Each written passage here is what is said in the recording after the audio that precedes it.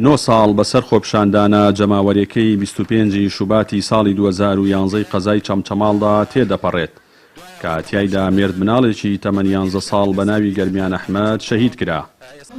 بەو بۆنەوە بە ئامادەبوونی خانەوادی شەهید گەرمیان و چالاکانی مەدەنی و بەرپرسانی حیزبی و حکومی و کە سوکاری شەهیدانی هەفتەی شوبات لە ماڵباتی کلتوری مەراسیمێک ڕێکخرا و ژمارەیەک چالاکی جۆرا و جۆر ئەنجام دران.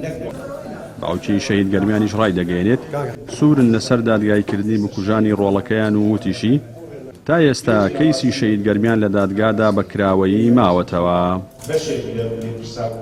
ئێمە ئەو کەیسە ئێمە هەتا ئێستا بە زوردی ماوە، دڵنیا بە ئێمە ساڕێژ ناکەن لەسەر خوێنی شەهید گەرمیان لەبەر مناڵەکە زۆر بێتاوان بوو.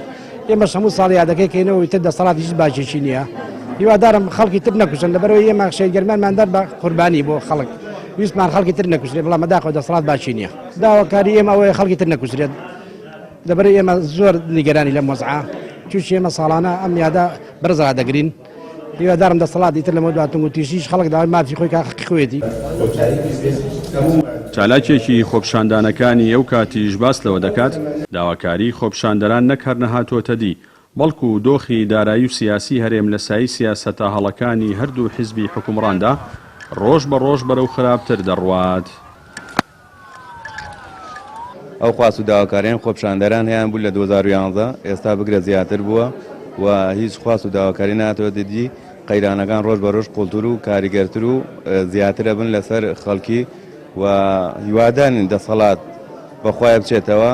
ئەم جارە شاری چەمچەماڵ شاری ئاشتیە، شاری هێمنیە. چاودێرێکی سیاسیش پێی وایە دوای 9 ساڵ لە خۆپشاندانەکان ڕۆژ بە ڕۆژ هەنگاوەکانی چاکسازی لە هەرێمی کوردستاندا لە پاشەکشەدان و گەندەڵی و نەعەدالەتی کۆمەڵایەتی باڵی بەسەر سەرجەم جونگەکانی ژیانی هاوڵاتیاندا کێشاوە و دەسەڵاتدارانی هەرێم لە بری چاکسازی قەیران بە قەیرانی دیکە دەستپێرن. ئێمە پێویستمان بە جارێتر بوونەوەیە، جارێتر زونبوونەوەیە، جارێتر وزەبەخشینەوەیە بە ئینسان. ئێستا ئێمە لە دوای 9 ساڵ لە خۆپشاندانەکانی 2011 ئێمە لە دۆخێکین کەوزە لە ئینسان سەمراوەتەوە، وزەی قسەکردن، وزەی بەگژاتچوونەوە، وزەی داوای مافەکانی خۆی. ئێمە پێویستمان بۆیە بۆ ئەو وزەی بجێڕینەوە بۆ ئینسان، چۆنەی جێڕینەوە خوێنی شەهیدەکانە، خوێنی قوربانیەکانە، ئازاری خەڵکە نازانم، بەڵام پێویستمان بە گێڕانەوەی ئەو وزەیە. أشهد أن محمد رسول الله.